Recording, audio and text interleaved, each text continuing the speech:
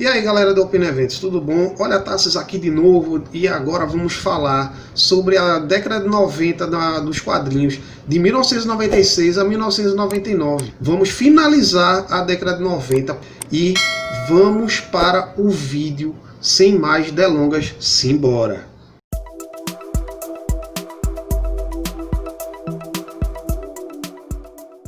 E a década de 90 avança, né? Nós vamos agora falar sobre o ano de 1996.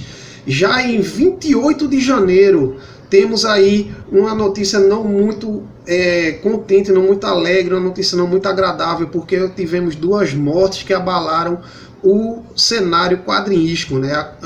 Falecem nesse dia, no dia 28 de janeiro, o Jerry Siegel, aos 81 anos, é um dos criadores do Superman criado por Jerry Siegel e Joe Shuster, né? O Jerry Siegel nos deixa no dia 28 de janeiro, e além dele, né, o desenhista Bernie Hogarth, um dos expoentes aí do cenário quadrinístico, ele que desenhou durante muitos anos o Tarzan na década de 30 e 40, falece aí aos 84 anos, né? O Bernie Hogarth nos deixa.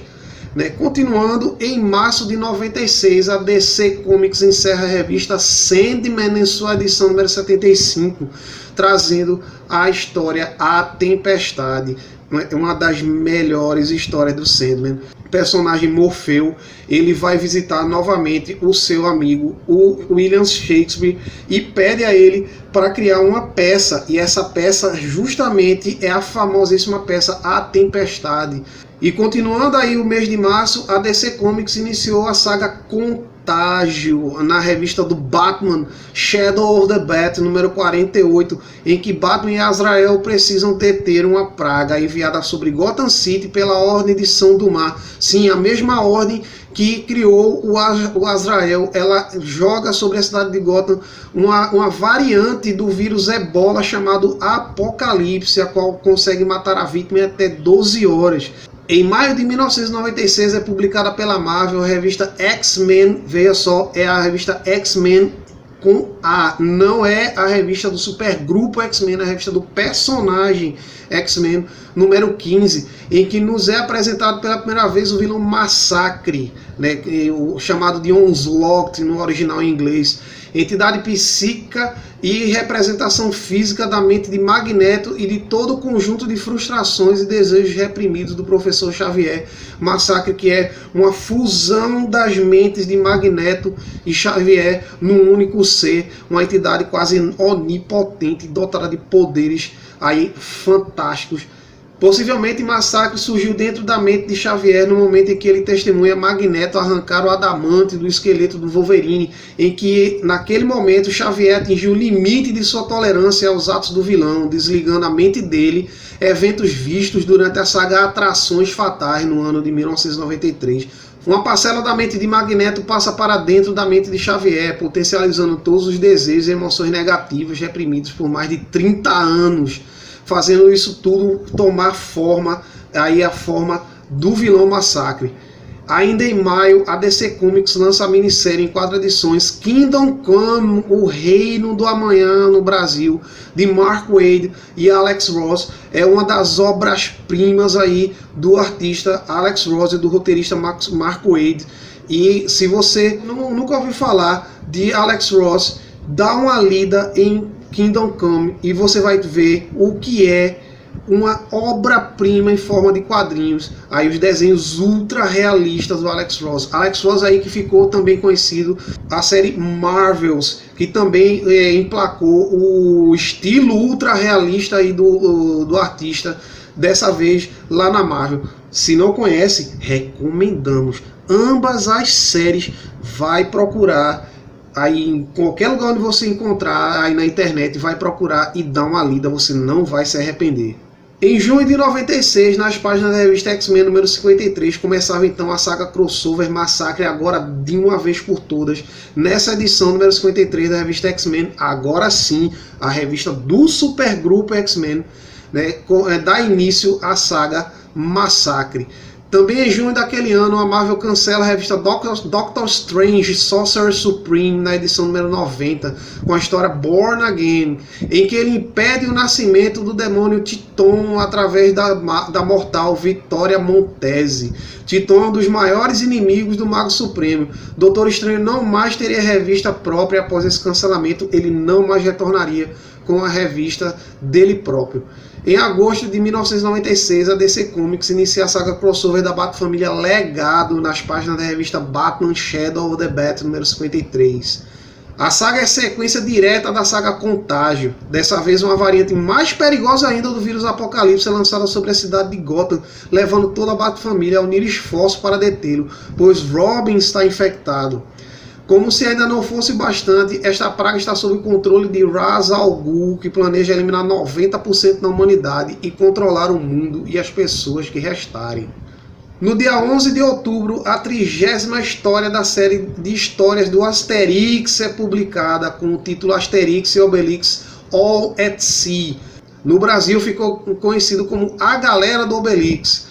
Nesta história, Obelix finalmente consegue beber a poção mágica que dá super força ao Asterix, mas com graves consequências. Além de se tornar uma estátua de pedra, quando trazido de volta ao normal, Obelix se torna uma criança e não tem sua usual super força. Este é o 6º quadrinho produzido apenas pelo autor Albert Uderzo, após o falecimento de René Goscinny em 1977. E também é uma homenagem ao ator Kirk Douglas, pois na história é um personagem escravo chamado Spartax, uma clara homenagem ao personagem Spartacus, daí interpretado por Kirk Douglas no filme de mesmo nome, né? Em dezembro de 96, a DC Comics publica Superman The Wedding Album, uma história no estilo one shot, em que nos é mostrado o casamento de Clark Kent com Lois Lane. Histórias prévias que mostravam o casamento de Lois e Clark não são canônicos, com exceção do casamento ocorrido nas páginas de Action Comics número 484 de junho de 78, em que mostra o casamento de Clark Kent e Lois Lane da Terra 2, sendo ambos suas versões da Era de Ouro. O que nos leva ao ano de 1997. Vamos embora. E no ano de 1997 não aconteceu muita coisa. E em 15 de junho falece o cartunista e autor dos quadrinhos Amar É. Se você é menina e você colecionava os álbuns de figurinha de Amaré lá na década de 80, você vai saber do que eu estou falando, essa fofura que é o álbum de figurinhas de Amaré e também os papéis de carta de Amaré, né? Então deve estar aparecendo alguma imagem do que é os papéis de carta do Amaré aí, você vai ver como é fofinho a coisa. E infelizmente em 15 de junho o autor neozelandês Kim Casale, aos 55 anos, nos deixou. Em 5 de agosto é lançado o mangá Desert Punk, de autoria de Yusune Masatoshi. Alguns conheceram Desert Punk pelo anime, né, que passou na MTV, mas o autor do mangá, o Desert Punk veio de um mangá, o Yusune Masatoshi nos deixa em 5 de agosto, infelizmente. Fica comigo, até o próximo bloco.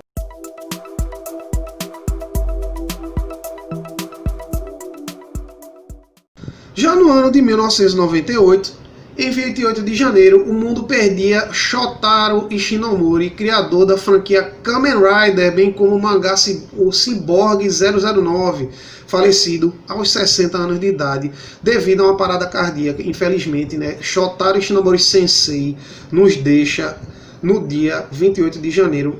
O mundo do Tokusatsu ficou um pouquinho mais cinza, um pouquinho mais triste depois desse dia.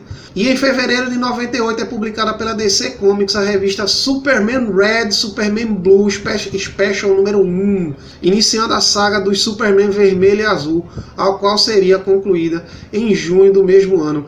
É uma saga que muitos não entendem, outros detestam. Mas, pois é, né? Deixo ao cargo de vocês comentarem aqui embaixo nos comentários o que é que acharam dessa fase, né, do herói, a fase vermelha e azul. Também em fevereiro, a Marvel cancela o quadrinho do Motoqueiro Fantasma na edição número 93. Depois disso, o Motoqueiro Fantasma demorou bastante a ter um quadrinho próprio, né? Só voltando aí lá pelos anos 2000. Em março de 98, na DC Comics, era publicada Detective Comics volume 1, número 719, dando início à saga Cataclysm, no Brasil conhecido como Cataclismo, saga em que antecede a maxi saga Terra de Ninguém, é como é chamado, prelúdio à Terra de Ninguém, a saga Cataclismo. Também em março, no dia 1º, falecia Art Goodwin, o bom Art Goodwin, aí, roteirista e desenhista, nos deixava, né, criador dos personagens Luke Cage e também o Manhunter na DC, Luke Cage da Marvel, Manhunter da DC, aos 60 anos. Infelizmente, né, o Luke Cage e o Manhunter ficariam sem seu criador. Em maio de 1998, a Marvel publica The Amazing Spider-Man número 434, dando início à saga Identity Crisis, e como ficou no Brasil, Crise de Identidade. Nesta mini-saga, o herói Homem-Aranha tende a assumir 4 diferentes identidades, pois o Clarim Diário, agora de propriedade de Norman Osborn, aquele ceboso, pôs uma recompensa de 5 milhões de dólares por sua cabeça devido a um crime que o herói não cometeu. Normalmente é um crime que o herói não cometeu, né? Então o herói aracnídeo desenvolve 4 personas, cada uma sendo um aspecto diferente de si mesmo, com diferentes equipamentos, uniformes e táticas de combate. O herói com a armadura blindada Hornet e o super forte Paragon são facetas heróicas do Homem-Aranha, enquanto o nada heróico e ganancioso Ricochete e o vigilante Dusk são facetas criminosas do herói, criadas para agirem à margem da lei no submundo do crime. Em junho de 1998, a DC Comics publica Green Lantern número 101, dando início à saga Emerald Knights, Cavaleiros Esmeralda, no Brasil. Nesta saga, em 6 partes, Kyle Rayner, atual e único Lanterna Verde da época, é levado 10 anos para o passado e encontra Hal Jordan anos antes dele se tornar o vilão Parallax, como visto em Crepúsculo Esmeralda. Recomendamos Cavaleiros Esmeralda e também Crepúsculo Esmeralda. Lê as 2 sagas, tá?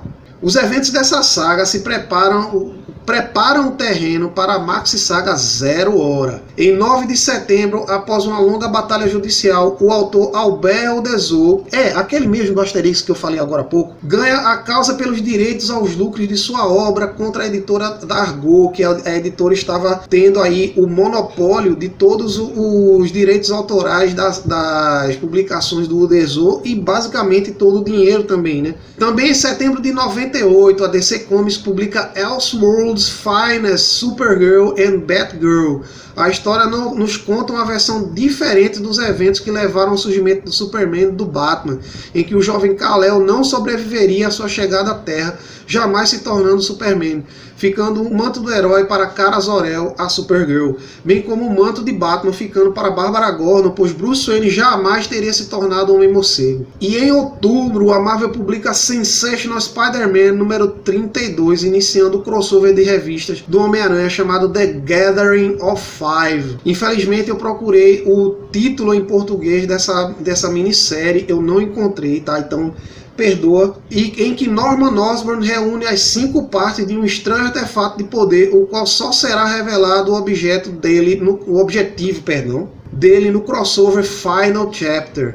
Também em outubro, a Marvel cancela os títulos Daredevil na edição 380 e Excalibur na edição número 125 e também The Sensational Spider-Man na edição número 33. Daredevil aí não teve mais quadrinhos durante um bom tempo, ficou sem um quadrinho próprio, né, retornando novamente na revista Daredevil alguns anos mais tarde. E em 3 de novembro, infelizmente, falece aos 83 anos Bob Kane, um dos criadores de Batman. Lembrando que Batman foi criado por Bob Kane e Bill Finger.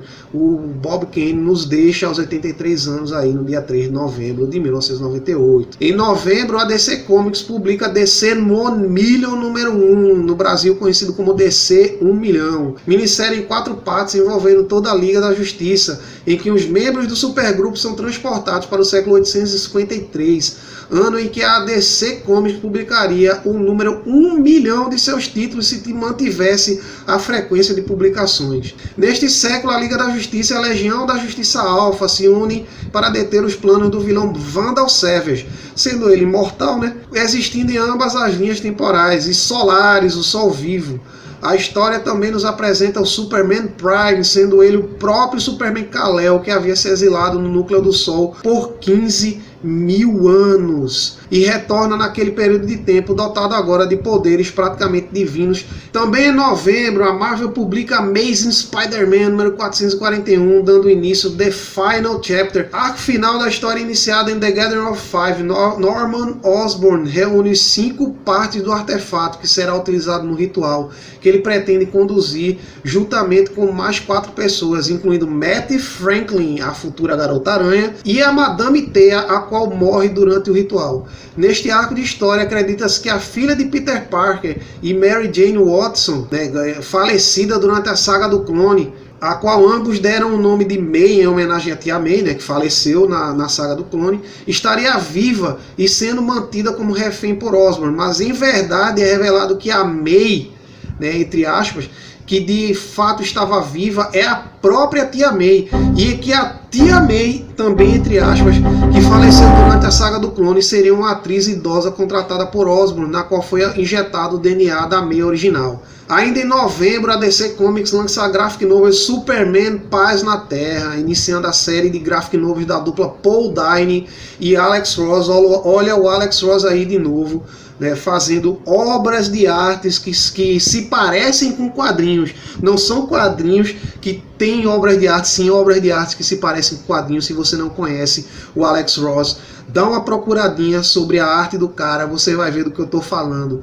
o realismo que ele coloca em suas páginas. Em dezembro de 98, a Marvel publica Uncanny X-Men número 362, dando início à saga The Hunt for Xavier, em que os mutantes precisam investigar onde o Professor Xavier estava sendo mantido, quando foi preso após os eventos da saga Massacre. Isso os leva a procurarem um dispositivo de localização de mutante Cérebro, o qual ganhou vida e agora tem um corpo próprio, quem diria. E está pondo em prática uma versão distorcida do sonho de unificar as raças mutante e humana numa coexistência pacífica, o que nos leva ao ano de 99. Em janeiro de 99, a DC Comics finaliza a compra da Wildstorm Productions, de propriedade de Jim Lee, passando a ser proprietária do estúdio na Califórnia e toda a propriedade intelectual da editora. A Wildstorm publicava os quadrinhos de Wildcats, Stormwatch, Gen 13, Wetworks e The Authority. No Brasil foram publicados os quadrinhos Wildcats e Gen 13, também.